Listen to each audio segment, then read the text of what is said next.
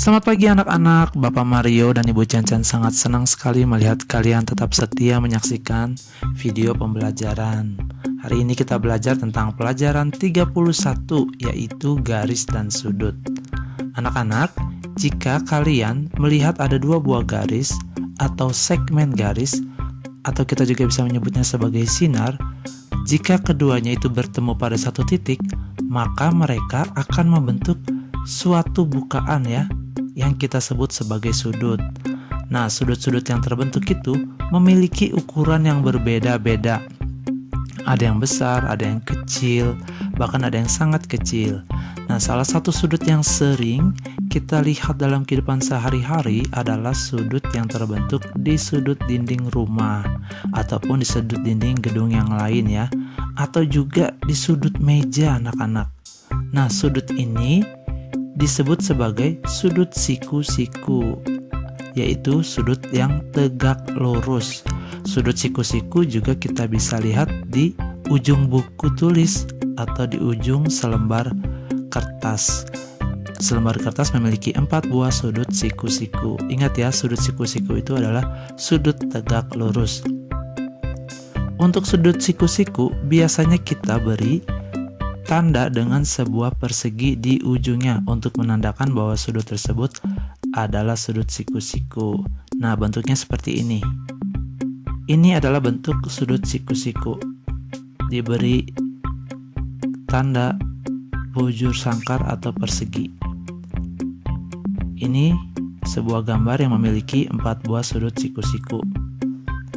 Nah, kita bisa mengukur sudut siku-siku itu dengan menggunakan penggaris yang ujungnya seperti ini, atau penggaris yang ujungnya siku-siku seperti ini. Kita lanjut ya. Ada pula sudut-sudut yang lain, yaitu sudut lancip. Ada juga sudut tumpul. Kalau sudut lancip ini bukaannya itu anak-anak lebih kecil daripada sudut siku-siku. Sedangkan sudut tumpul bukaannya lebih besar daripada sudut siku-siku. Ada juga sudut lurus. Sudut lurus ini adalah ukurannya seperti garis, jadi dia lurus. Sangat mudah ya untuk membedakannya. Ini sudut siku-siku. Jika bukaannya lebih kecil, berarti ini sudut lancip. Jika bukaannya lebih besar, seperti ini, lebih besar daripada siku-siku, berarti ini adalah sudut tumpul. Jika lurus, ini adalah sudut lurus. Mudah bukan? Ini ada contoh. Sudut manakah yang nampak seperti sudut siku-siku? Kita lihat yang A. Ini sepertinya agak lancip ya. Berarti ini bukan sudut siku-siku. Kalau ini, ini sudah pasti terlihat tegak lurus ya. Tegak lurus. Ini juga nih sepertinya tegak lurus. Cuma bentuknya agak miring. Kalau yang D, itu sepertinya bukaannya terlalu lebar. Berarti ini sudut tumpul. Ini sudut lancip, ternyata hanya B dan C yang adalah sudut siku-siku. Anak-anak, jika kita menggambar dua buah garis pada sehelai kertas, maka ada dua kemungkinan yang dapat terjadi. Nah, kemungkinannya itu apa ya? Yang pertama adalah, jika kedua garis itu bertemu pada satu titik, maka kita menyebut kedua garis tersebut berpotongan.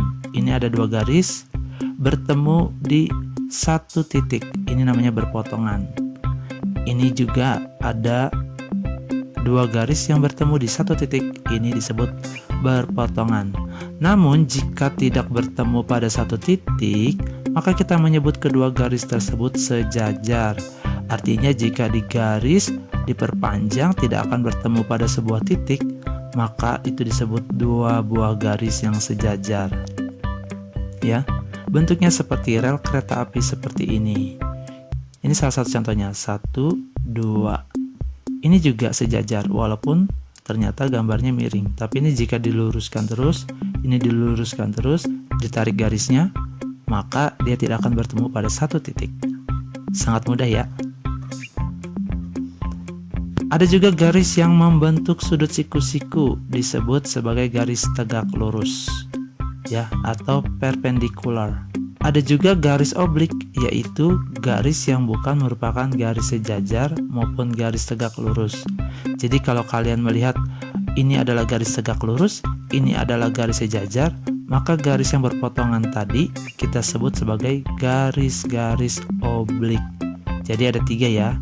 Ini garis-garis tegak lurus karena ada tanda siku-siku di sini. Ini garis sejajar karena tidak bertemu dalam satu titik. Ini garis yang berpotongan tadi, tapi kita menyebutnya sebagai garis-garis oblik. Ya, sangat mudah sekali. Oke, saatnya kalian untuk mengerjakan latihan dan PR.